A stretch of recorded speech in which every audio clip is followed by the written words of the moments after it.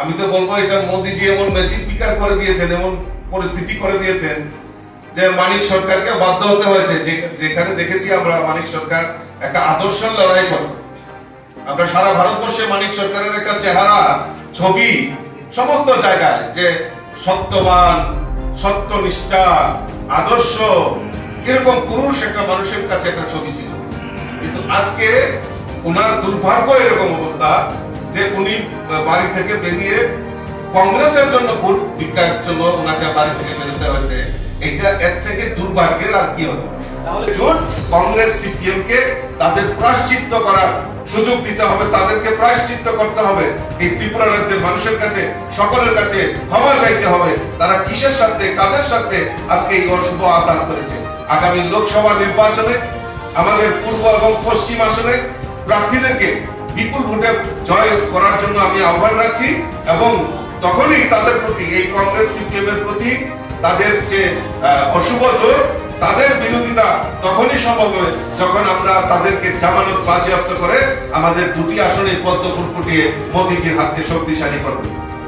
এই কথা Yakshi habunu joro bisal goni kesekiring pati mungo Montri Banural Shah tama jorao no kesekiring ka aburi logi Congress ni jorao bo MBBS kokbot honoti kesekiring ka abahai no koksil taka Yakshi bodoli shakawati Congress bodoli shakawo BJP ni Pradesh Kasku Rajiv Bhattacharya kokti shalabubak rekor aguni Pradesh BJP habano bakashe kototuni panak klaijaka arobonokari bo manjaka hasini Montri Pradesh Sinha Rai BJP ni Yakshi Kasku Dr. Ashok Sinha Pradesh BJP ni Khupang Subrata Chakraborty আকর্ষণ। আমরা মূলত আজকের এই press conference ডাকার মূল উদ্দেশ্য হলো যে আমরা সবাই জানি যে এই যে কংগ্রেস এবং সিপিএম এই রাজ্যের বুকে তাদের যে অশুভ আতাত, তার অপরাধ না, তারা কি কি অপরাধ করেছে বিগত দিনে এবং তারা মানুষকে বিভ্রান্ত করে এই রাজ্যের বুকে রাজনীতি করার প্রয়াস করছে, সেটাকে জনসমক্ষে নিয়ে যাওয়ার জন্যই আজকের এই প্রেস কনফারেন্সের আমরা আহ্বান করেছি। আমরা সবাই জানি যে স্বাধীনতার পর থেকে এই ভারতবর্ষে কংগ্রেসের একটা বিরাট শাসন ব্যবস্থা, প্রায় দীর্ঘ 60 বছর কংগ্রেস এই ভারতবর্ষে শাসন ক্ষমতায় ছিল। আর এই শাসন ক্ষমতায় থাকার পর সবচেয়ে যদি উপেক্ষিত হয়ে থাকে আজকে আমাদের এই উত্তর পূর্বাঞ্চলকে সেই কংগ্রেসের সময় উপেক্ষিত করে সেখানে এই কংগ্রেসের রাজত্ব এবং তুষণ এবং কুসামত রাজনীতি করার প্রয়াস দীর্ঘ 60 বছর এই কংগ্রেসীরা করেছে। বিভাজনের নীতি প্রয়োগ করে উত্তর পূর্বাঞ্চলকে অবহেলা করা হয়েছে। শুধুমাত্র ভোট ব্যাংকের রাজনীতির স্বার্থে আসামের জনসংখ্যার পরিবর্তন থেকে শুরু করে মিজোরামে এয়ার রেড পর্যন্ত কংগ্রেসের হাত। এই কংগ্রেস বিভাজনের রাজনীতি করে উত্তর পূর্বাঞ্চলকে বারবার রক্তাক্ত করে তুলেছে। সেটা আমাদের কাছে একটা বড় ইতিহাস আমাদের কাছে রয়েছে। শুধু তাই নয়, বিভিন্ন সময় এই কংগ্রেস উত্তর পূর্বাঞ্চলকে তাদের দুর্নীতির আখড়া হিসাবে আমরা এই উত্তর পূর্বাঞ্চলের মানুষ সেটা জানি। অরুণাচলের হাইড্রো পাওয়ার কেলেঙ্কারি, আসামের এপিএসসি কেলেঙ্কারি, মণিপুরের ডেভেলপমেন্ট সোসাইটির কেলেঙ্কারি, সিকিমে প্রতারণামূলক ব্যাংক ডিপোজিট কেলেঙ্কারি, মিজোরামে সেচ কেলেঙ্কারি, উত্তর পূর্বাঞ্চলে এরকম কোন জায়গা বাদ দেয়নি। তারা এইভাবে উত্তর পূর্বাঞ্চলকে উপেক্ষিত করে কংগ্রেস দীর্ঘদিন দেশের বাইরে বিভাজনের রাজনীতি করেছেন। তা আমরা ভারতীয় জনতা পার্টি তার বিরোধিতা করছি।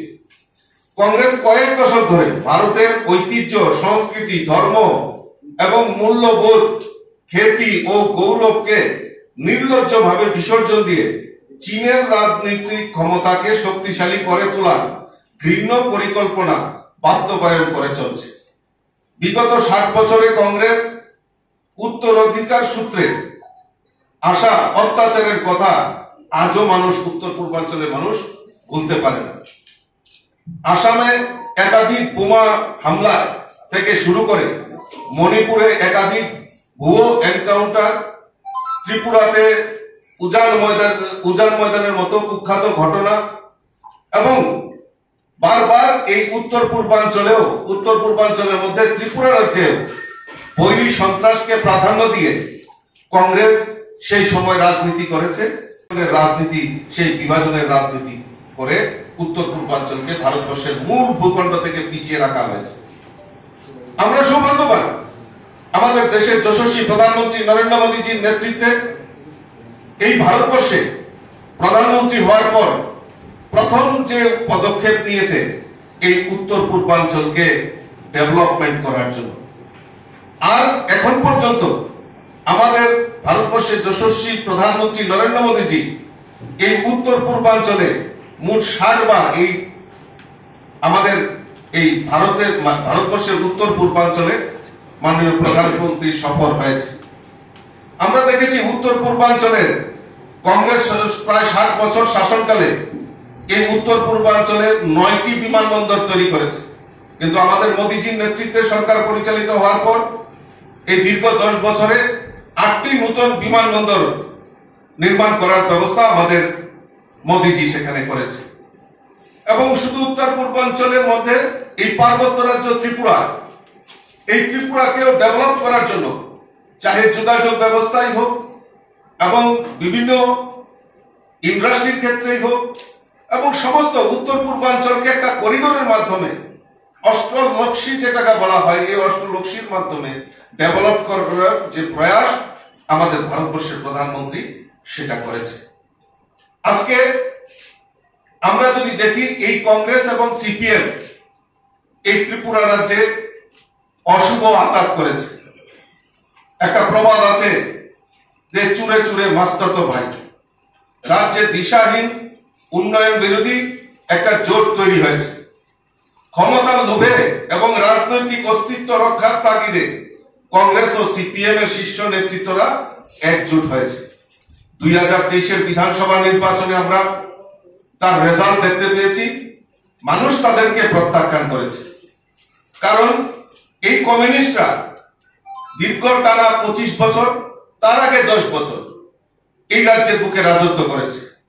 আর এই তাদের শাসনে খুন সন্ত্রাস থেকে শুরু করে, রাহাজানি থেকে শুরু করে বিভিন্নভাবে এই রাজ্যটাকে পিছিয়ে পড়ার প্রয়াস আমাদের এই কমিউনিস্টের সময় আমরা দেখতে পাই। বিভিন্নভাবে দুর্নীতির সঙ্গে এই কমিউনিস্টরা, এই সিপিএম এর নেতারা জড়িত ছিল। আজকে সবচেয়ে বড় জিনিস যেটা, যে আজকে রোজবেলি বিভিন্ন চিটফান্ড সংস্থার নাম দিয়ে এই কমিউনিস্টরা, সিপিএম এর নেতৃত্বরা তাদের সঙ্গে যোগ সাজসে আজকে ত্রিপুরা রাজ্যের প্রায় 35,000 কোটি টাকার মতো গরিবদের টাকা আত্মসাৎ করার প্রয়াস সেই কমিউনিস্টরা, সেখানে অনেক সিপিএম এর নেতা মন্ত্রী থেকে শুরু করে তারা সেই কাজে লিপ্ত ছিল, গরিবদের টাকাগুলি আত্মসাৎ করেছে। নৃশংসভাবে ঘটনা আমরা ভুলে যাইনি। 1988 সনে উজান ময়দানে ঘটে যাওয়া নৃশংস ঘটনা আজও আমাদেরকে ত্রিপুরাবাসীদেরকে আতঙ্কের বাতাবরণ তৈরি করে। আজকে আমাদের কাছে সবচেয়ে বড় জিনিস যে টাটকা তুলসীর কথা, 20 মার্চ 2012 দুইজন উপজাতি বালিকাকে গণধর্ষণ করা সাবরুমের টাটকা তুলসীতে, এবং তাদের মাকে তাদের সামনে ধারালো অস্ত্র দিয়ে আঘাত করা, তাদের পিতাকে খুন করা, সেই সময় কমিউনিস্টের আমলে সেটা করেছে। আজকে ভুলে গেছে সেই কংগ্রেসীরা। তখন তাদেরকে তাদের আহত অবস্থায় উদয়পুর জেলা হাসপাতালে ভর্তি করা হয়েছিল এবং সেই সময় জিতেন চৌধুরীর নেতৃত্বে সেখানে গুন্ডা মাস্তান পাঠিয়ে, সন্ত্রাসীদেরকে পাঠিয়ে হাসপাতালে ব্যারিকেড তৈরি করা হয়েছে। এবং সেই সময় বিভিন্ন রাজনৈতিক দল সেই সময় প্রতিরোধ তৈরি করেছে, আন্দোলন তৈরি করেছে। সেই সময় বিরোধী দল কংগ্রেস ছিল। এই কংগ্রেসীরা সেই সময় টাটকা তুলসী নিয়ে আন্দোলন করেছে রাজ্যের বুকে। আমরাও আন্দোলন করেছিলাম সেই সময়। আজকে রাজনীতি, সেই বিভাজনের রাজনীতি করে উত্তর পূর্বাঞ্চলকে ভারতবর্ষের মূল ভূখণ্ড থেকে পিছিয়ে রাখা হয়েছে। আমরা সৌভাগ্যবান, আমাদের দেশের যশস্বী প্রধানমন্ত্রী নরেন্দ্র মোদীজির নেতৃত্বে এই ভারতবর্ষে প্রধানমন্ত্রী হওয়ার পর প্রথম যে পদক্ষেপ নিয়েছে এই উত্তর পূর্বাঞ্চলকে ডেভেলপমেন্ট করার জন্য। আর এখন পর্যন্ত আমাদের ভারতবর্ষের যশস্বী প্রধানমন্ত্রী নরেন্দ্র মোদীজি এই উত্তর পূর্বাঞ্চলে মোট 60 বার এই আমাদের এই ভারতবর্ষের উত্তর পূর্বাঞ্চলে মাননীয় প্রধানমন্ত্রী সফর হয়েছে। আমরা দেখেছি উত্তর পূর্বাঞ্চলের কংগ্রেস প্রায় 60 বছর শাসনকালে এই উত্তর পূর্বাঞ্চলে 9টি বিমানবন্দর তৈরি করেছে, কিন্তু আমাদের মোদীজির নেতৃত্বে সরকার পরিচালিত হওয়ার পর এই দীর্ঘ 10 বছরে 8টি নতুন বিমানবন্দর নির্মাণ করার ব্যবস্থা আমাদের মোদীজি সেখানে করেছে। এবং শুধু উত্তর পূর্বাঞ্চলের মধ্যে এই পার্বত্য রাজ্য ত্রিপুরা, এই ত্রিপুরাকেও ডেভেলপ করার জন্য চাহে যোগাযোগ ব্যবস্থাই হোক এবং বিভিন্ন ইন্ডাস্ট্রির ক্ষেত্রেই হোক এবং সমস্ত উত্তর পূর্বাঞ্চলকে একটা করিডোরের মাধ্যমে অষ্টলক্ষ্মী যেটাকে বলা হয়, এই অষ্টলক্ষ্মীর মাধ্যমে ডেভেলপ করার যে প্রয়াস আমাদের ভারতবর্ষের প্রধানমন্ত্রী সেটা করেছে। আজকে আমরা যদি দেখি এই কংগ্রেস এবং সিপিএম এই ত্রিপুরা রাজ্যে অশুভ আঘাত করেছে। একটা প্রবাদ আছে যে চুরে চুরে মাস্তাতো ভাই। রাজ্যের দিশাহীন উন্নয়ন বিরোধী একটা জোট তৈরি হয়েছে। ক্ষমতার লোভে এবং রাজনৈতিক অস্তিত্ব রক্ষার তাগিদে কংগ্রেস ও সিপিএম এর শীর্ষ নেতৃত্বরা একজোট হয়েছে। 2023-এর বিধানসভা নির্বাচনে আমরা তার রেজাল্ট দেখতে পেয়েছি। মানুষ তাদেরকে প্রত্যাখ্যান করেছে, কারণ এই কমিউনিস্টরা দীর্ঘ টানা 25 বছর, তার আগে 10 বছর এই রাজ্যের বুকে রাজত্ব করেছে। আর এই তাদের শাসনে খুন সন্ত্রাস থেকে শুরু করে, রাহাজানি থেকে শুরু করে বিভিন্নভাবে এই রাজ্যটাকে পিছিয়ে পড়ার প্রয়াস আমাদের এই কমিউনিস্টের সময় আমরা দেখতে পাই। বিভিন্নভাবে দুর্নীতির সঙ্গে এই কমিউনিস্টরা, এই সিপিএম এর নেতারা জড়িত ছিল।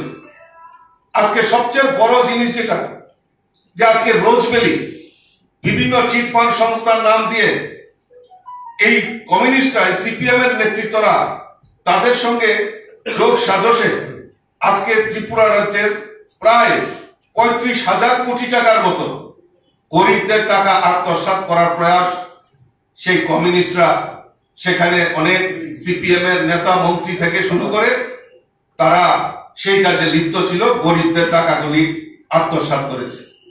নৃশংসভাবে ঘটনা আমরা ভুলে যাইনি। 1988 সনে উজান ময়দানে ঘটে যাওয়া নৃশংস ঘটনা আজও আমাদেরকে ত্রিপুরাবাসীদেরকে আতঙ্কের বাতাবরণ তৈরি করে।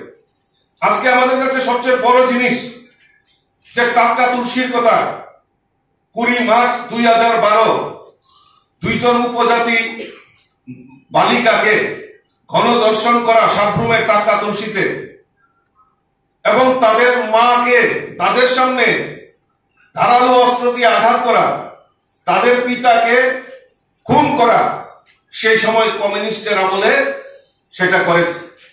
আজকে ভুলে গেছে সেই কংগ্রেসীরা। তখন তাদেরকে তাদের আহত অবস্থায় উদয়পুর জেলা হাসপাতালে ভর্তি করা হয়েছিল, এবং সেই সময় জিতেন চৌধুরীর নেতৃত্বে সেখানে গুন্ডা মাস্তান পাঠিয়ে, সন্ত্রাসীদেরকে পাঠিয়ে হাসপাতালে ব্যারিকেড তৈরি করা হয়েছে। এবং সেই সময় বিভিন্ন রাজনৈতিক দল সেই সময় প্রতিরোধ তৈরি করেছে, আন্দোলন তৈরি করেছে। সেই সময় বিরোধী দল কংগ্রেস ছিল। এই কংগ্রেসীরা সেই সময় টাক্কা তুলসী নিয়ে আন্দোলন করেছে রাজ্যের বুকে। আমরাও আন্দোলন করেছিলাম সেই সময়। আজকে সুদীপ রায় বর্মন বলছে এই হত্যাকাণ্ডগুলো ওনারা করেছে, ওনারা বলে দেননি এই ধরনের হত্যাকাণ্ড করতে। যারা কর্মীরা রয়েছে তারা নিজেরা লড়াই করেছে, তারা নিজেরা মৃত্যুবরণ করেছে, এখানে নেতৃত্বদের কোনো হাত নেই। দেখুন, এটাই তো কংগ্রেসের কালচার। আমি প্রথম শুরুতেই বলেছি যে তারা তাদের কাছে দেশ বড় নয়, দেশকে বিভাজন করো, মানুষকে বিভাজন করো, সেই নীতি নিয়ে কংগ্রেস পরিচালিত এবং তাদের কাছে নীতি আদর্শ কোনো বড় জিনিস নয়। তাই তো 2018 আগে 2015, 16, 17 বহু কংগ্রেসী নেতা যারা এই আদর্শের জন্য লড়াইটা করেছে তারা এখন আমাদের দলে এসেছে এবং খুব সুন্দরভাবে আমাদের সরকারেও রয়েছে, মন্ত্রিত্ব পেয়েছেন। তারা সেই আদর্শ এবং তাদের যে নীতি সেটাকে বিসর্জন দিতে পারে। কিভাবে অদ্ভুত বিষয় যে ওনারা বলতে পারেন যে তাদের কাছে কর্মীদের কোনো মূল্যায়ন নেই, তাদের কাছে বড় জিনিস হলো আমার কি উন্নয়ন হয়েছে, ব্যক্তিগত উন্নয়নটা সবচেয়ে বড় জিনিস। তা কাজেই দেখবেন ওনাদের যে রাজনৈতিক অস্তিত্ব, কোন সময় কংগ্রেস, কিছুদিন পর কংগ্রেস ভালো লাগে না কারণ এখানে স্বার্থ উদ্ধার নেই। তারপর তৃণমূল কংগ্রেস কিছুদিন করার পর দেখলো যে না, সেখানেও ডাল গলেনি, সুবিধা নিজের ব্যক্তিগত সুবিধা হয়নি। তারপর আবার বিজেপি করার পর মন্ত্রিত্ব পেয়েছেন, কিন্তু বিজেপি তো ওই দুর্নীতি আর আদর্শকে বিচ্যুতি হয় না। এখন আবার বিজেপিও ভালো লাগে না, এখানে কোন রকম কামানি নেই, আবার সেই কংগ্রেস। তো কংগ্রেসে চলে যাওয়ার পর এখন দেখলেন যে না, পাওয়ার দরকার, তো পাওয়ারের জন্য যে সিপিএম কে হাতিয়ার করতে হবে, হাতিয়ার সিপিএম এ হয়ে গেছে। তো তাদের রাজনৈতিক অস্তিত্ব, তাদের রাজনৈতিক ভবিষ্যৎ কি রয়েছে, তাদের গ্যারান্টি কি নেবে? কালকে যে ওরা বিজেপিতে আসবে না তার কি গ্যারান্টি রয়েছে? তারাও আসতে পারে, বিজেপিতে আসতে পারে, তো তাদের কোনো গ্যারান্টি নেই। কাজেই উনি যে বলছেন যে নেতারা কিছু বলেননি, নিজে ঝগড়া করে মরেছে, আরে কি অদ্ভুত ব্যাপার! এই নিয়ে তাদের চরিত্র, এই নিয়ে তাদের চরিত্রের বহিঃপ্রকাশ। আমার কার্যকর্তা খুন হবে, আমার কার্যকর্তা মার খাবে, আর আমি সে সহ্য করবো? বলবো নিজেরা ঝগড়া করে মেরে গেছে। আরে কি চিন্তা ভাবনা করে? কাজে এইসব নেতাদের বলেছিল 2023-এ বিজেপিকে সিঙ্গেল ডিজিট বানিয়ে দেবে, আর মানুষ এরকম, ত্রিপুরা রাজ্যের মানুষ এরকম করেছে, তাদেরকে সিঙ্গেল ডিজিট বানিয়ে আজকে ঘরে বসিয়ে দিয়েছে। পুনরায় আসতে চাইলে কি বিজেপি তাদের বরণ করে নেবে? আবার যদি দুর্নীতি বন্ধ করে এবং এই ভারতীয় জনতা পার্টির আদর্শে বিশ্বাস করে, নিশ্চয় আসবে, আমাদের দরজা খোলা রয়েছে। সুধীরবাবু প্রকাশ্য সভামঞ্চে একটা অভিযোগ করেছেন, যারাই সন্ত্রাস করেছিল তখন সময় একটি সরকার চলছিল, এখন আমাদের কাছে প্লাস হয়েছে যারা বিরোধী দল ছিল, আজকে বিরোধী দল ভারতীয় জনতা পার্টির শরিক দলে সামিল হয়েছেন, তীব্রা মাথা ভারতীয় জনতা পার্টির সঙ্গে সামিল হয়েছে। কাজেই আমাদের শক্তি আরো সঞ্চয় হয়েছে। এই শক্তির নিরিখেই আমরা বলতে পারি এই পূর্ব ত্রিপুরা আসনে আমাদের ফলাফল ভালো হবে এবং পশ্চিম ত্রিপুরা আসনে ফলাফল ভালো হবে।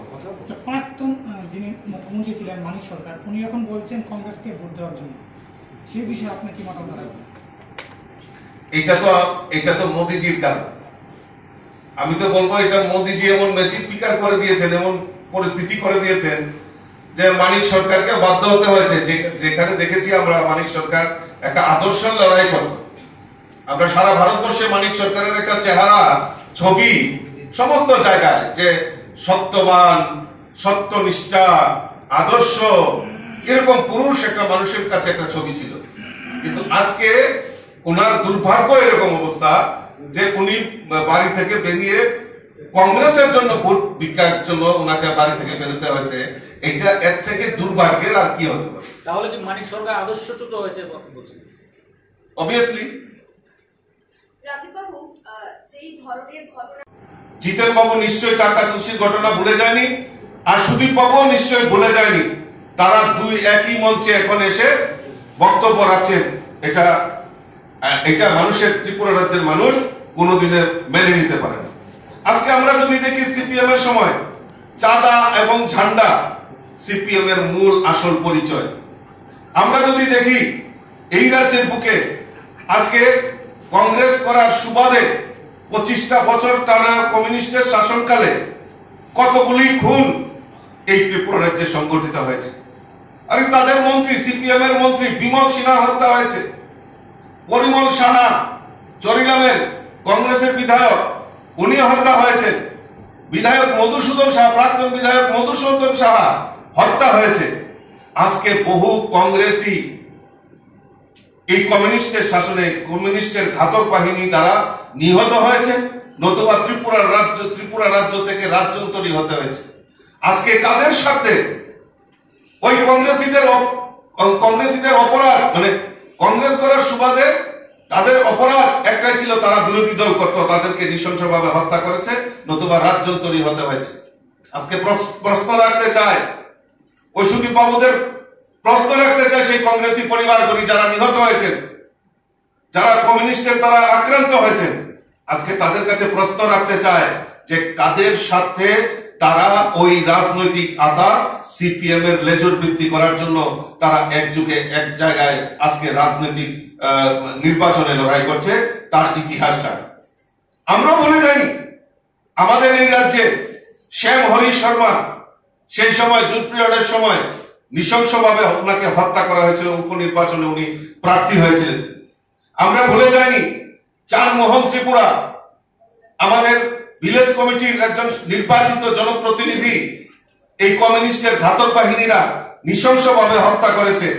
নিশিকান্ত চাকমা, অবাক হয়ে যাই আমরা, সেই 18 নির্বাচনের আগে 6 মাস রেডিয়াসে আমাদের 11 জন কার্যকর্তাকে নৃশংসভাবে খুন করা হয়েছিল এই কমিউনিস্টের ঘাতক বাহিনীরা, এবং বহু নেতা এবং আমাদের বিভিন্ন কার্যকর্তাদের উপর হামলা উচ্চতি থেকে শুরু করে তাদেরকে মিথ্যা মামলায় ভাসানোর প্রয়াস সেই সময় কমিউনিস্টের সরকার করেছে। এই রাজ্যের সরকারি কর্মচারীরা তারা এই কমিউনিস্টের সময় বঞ্চিত হয়েছেন, বারবার আন্দোলন করার সত্ত্বেও এই রাজ্যের কমিউনিস্টরা এই সরকারি কর্মচারীদের বিরোধিতা করত। আমরা সবাই জানি যে এই রাজ্যের বুকের সবচেয়ে একটা মেজর পোর্শন আমাদের চা শিল্প থেকে 80 দশকের আগে যদি আমরা দেখি, এই রাজ্যের বুকে একটা বড় রেভিনিউ আর্নিং হতো। আর 80 দশক আস্তে আস্তে সেই জুনের দাঙ্গার পর থেকে আমাদের এই ত্রিপুরা রাজ্যের চা শিল্পকে কিভাবে শেষ করা যায়, কারণ সেই সময় একটা ভাইরাস এই ত্রিপুরা রাজ্যে বিদ্যমান ছিল, সেটার নাম হচ্ছে সিটু, সিপিএম এর সমর্থিত ট্রেড ইউনিয়ন। খালি একটা স্লোগান, দিতে হবে নাহলে ভেঙে দাও, গুড়িয়ে দাও। আর চাঁদাবাজির কথা তো বলে লাভ নেই।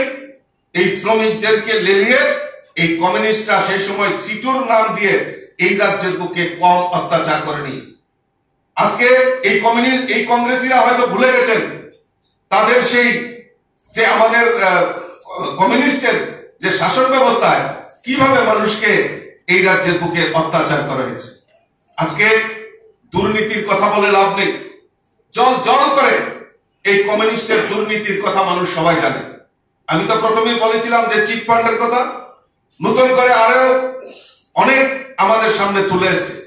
প্রাক্তন মন্ত্রী কমিউনিস্টের সময়ে বাদল চৌধুরী এবং প্রাক্তন মুখ্য সচিব যশপাল সিং, প্রাক্তন ইঞ্জিনিয়ার, চিফ ইঞ্জিনিয়ার সুশীল ভৌমিক, তারা প্রায় 600 কোটি টাকার পিডব্লিউডি যে ঘোটালা, সেখানে তারা ঘোটালা করে এই রাজ্যের উন্নয়নের টাকা আত্মসাৎ করেছে। সেটা এই রাজ্যে সিপিএম এর আমলে আপনারা সবাই জানেন যে বিশালগড়ে সেই ভানুলাল সাহা প্রাক্তন মন্ত্রী, উনার নেতৃত্বে সেই সময় তাদের উনার আশীর্বাদ মদত পুষ্ট সিপিএম এর নেতা অমল চক্রবর্তী, উনার ভাই বিমল চক্রবর্তী তৎকালীন সময়ে বিশালগড়ের বিডিও ছিল।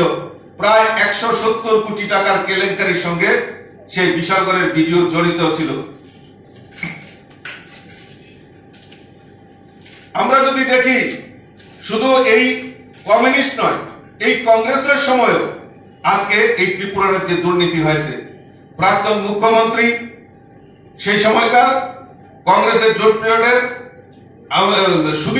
স্বর্গীয় সুধীর রঞ্জন মজুমদার, আর সেই সময় স্বাস্থ্যমন্ত্রী ছিলেন কাশিরাম রিয়া, উনাদের যোগ সাজসে এমবিবিএস, যে আমাদের রাজ্যের ছেলে মেয়েদের যেখানে এমবিবিএস পড়ার সেই কেলেঙ্কারি তালিকা ত্রিপুরা রাজ্যের নাম উজ্জ্বল করে সেই সময় হয়েছিল। আজকে জিনেট, বেসরকারি সংস্থা জিনেট, এত বড় যে হসপিটাল জিনেটকে এই কমিউনিস্টের সময় জিনেটকে ডেকে এনে মালিককে 5 কোটি টাকা ঋণ দিয়েছিল এই রাজ্য সরকার। পরে সেই জিনেট এখান থেকে যখন পলায়ন করেন, রাজ্য সরকার সেই ঋণ পরিশোধ করেন এবং তার সঙ্গে কারা কারা জড়িত সেটা বিশদভাবে ত্রিপুরা রাজ্যের মানুষ জানে। আমি আপনাদের কাছে একটা তুলে ধরছি যে আমাদের এই কমিউনিস্টরা, আমরা দেখছি ইদানিং ওনারা ভোট চাইছেন, ওনারা বলছেন সংবিধান, গণতন্ত্র, ধর্মনিরপেক্ষতা রক্ষার স্বার্থে আসন্ন লোকসভা নির্বাচনে প্রার্থীদেরকে ভোট দেওয়ার জন্য। কিসের গণতন্ত্র, কিসের সংবিধান, কিসের ধর্মনিরপেক্ষতার কথা ওনারা দোহাই দেন? ওনাদের যে বাইলো, ওনাদের বাইলোতে রয়েছে কি লিখেছেন? It's aim is the socialism and communism through the establishment of the state of dictatorship. যদি ডিক্টেটরশিপ যদি চালু করে তাহলে উনারাই তো এই সংবিধান পরিবর্তনের কথা উনাদের বাইলোতে বলা হয়েছে। তাহলে কিসের সংবিধান যে আর গণতন্ত্র, আর তা তো ধূলিসাৎ যাবে এই কমিউনিস্টের শাসনে, তাদের বাইলোতে উল্লেখ করা আছে। আর ধর্মনিরপেক্ষতার কথা উনারা বলছেন, ধর্মনিরপেক্ষতার সংজ্ঞা ওনারা দিতে পারবেন না, কারণ সেই সময় সংবিধান পরিবর্তনের জন্য তাদের বাইলতে সেটা রয়েছে। আজকে সুদীপ বাবুরা ভুলে গেছেন, এই কংগ্রেসীরা, এই আমাদের যারা কমিউনিস্টরা, তারা আজকে কংগ্রেসের সঙ্গে আঘাত করেছে, ভুলে গেছেন তারা। আজকে দিল্লি দেশের কথা 28 জানুয়ারি 2003 আমাদের কাছে কাটিং রয়েছে, সেখানে কি লিখেছেন?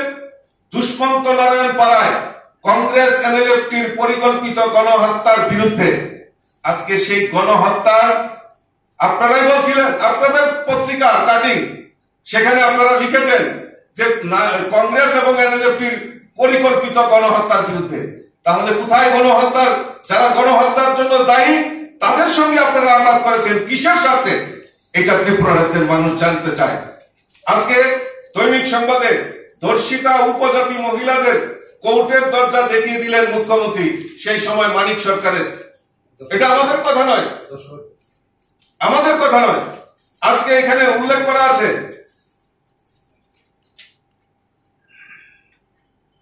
সিপিএম এর নির্বাচনী গাড়ি থেকে অস্ত্র উদ্ধার। দৈনিক সংবাদে ধৃত প্রার্থীর এজেন্ট দেহরক্ষী আটক, ইলেকট্রিক ভোটিং মেশিন। আমরা ত্রিপুরা রাজ্যের মানুষ সেগুলি ভুলে গেছি, আজকে গণতন্ত্রের দোহাই দিচ্ছেন। কাজেই আমি বিশ্বাস করি আমরা যে অভিযোগগুলি রেখেছি তাদের জবাব দেওয়ার, তাদের মুখ রাখার নেই। কংগ্রেস এবং সিপিএম এই রাজ্যের বুকে মানুষকে বিভ্রান্ত করার জন্য রাজনীতি করার প্রয়াস করছেন, কারণ তাদের অতীতে তাদের চেহারা যে ছিল সেটা আপনাদের সামনে তুলে ধরছি। আমার কাছে আরো বহু এভিডেন্স রয়েছে, আমি তুলে ধরবো একে একে করে তাদের সেই নারকীয় যে ঘটনা, সেই ঘটনাগুলি আপনাদের সামনে তুলে ধরবো। তবে সমস্ত রাজ্যবাসীকে আহ্বান করব যে আপনারা জানেন এই রাজ্যের ইতিহাস, যে কংগ্রেসীরা আজকে বিরোধী দল সেই সময় থাকতো, নির্বাচন আসলেই তাদের হঠাৎ করে মনে হতো যে না, ত্রিপুরা রাজ্যের পরিবর্তন দরকার। মানুষ পরিবর্তনের পক্ষে ছিল, কিন্তু এই কংগ্রেসীরা সিপিএম এর কাছে বিক্রি হয়ে যেত। তাই দিকে দিকে মানুষ কংগ্রেসকে এবং এই কমিউনিস্টদেরকে প্রত্যাখ্যান করে 2018-তে ভারতীয় জনতা পার্টির সরকার এনেছে এবং 2023-এও পুনরায় ভারতীয় জনতা পার্টির সরকারকে ত্রিপুরা রাজ্যে প্রতিষ্ঠা করেছে। এবং সেই প্রতিষ্ঠা লগ্ন থেকে ভারতীয় জনতা পার্টি মানুষের, সমাজের প্রত্যেকটা অংশের মানুষের জন্য কাজ করছে। আর আমি দৃঢ় চিত্তে আপনাদের মাধ্যমে সমস্ত রাজ্যবাসীকে আহ্বান করব যে এই অশুভ আঘাত, এই অশুভ যে জোট, কংগ্রেস সিপিএম কে তাদের প্রায়শ্চিত্ত করার সুযোগ দিতে হবে, তাদেরকে প্রায়শ্চিত্ত করতে হবে। এই ত্রিপুরা রাজ্যের মানুষের কাছে, সকলের কাছে ক্ষমা চাইতে হবে, তারা কিসের স্বার্থে, কাদের স্বার্থে আজকে এই অশুভ আঘাত করেছে।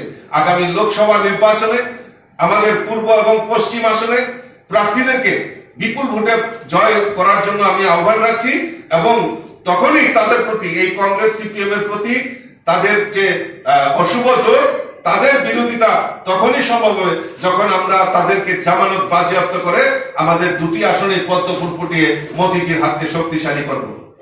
এই কথা ওনাকে বলুন না নাম বলতে, ওনাকে বলুন নাম বলতে।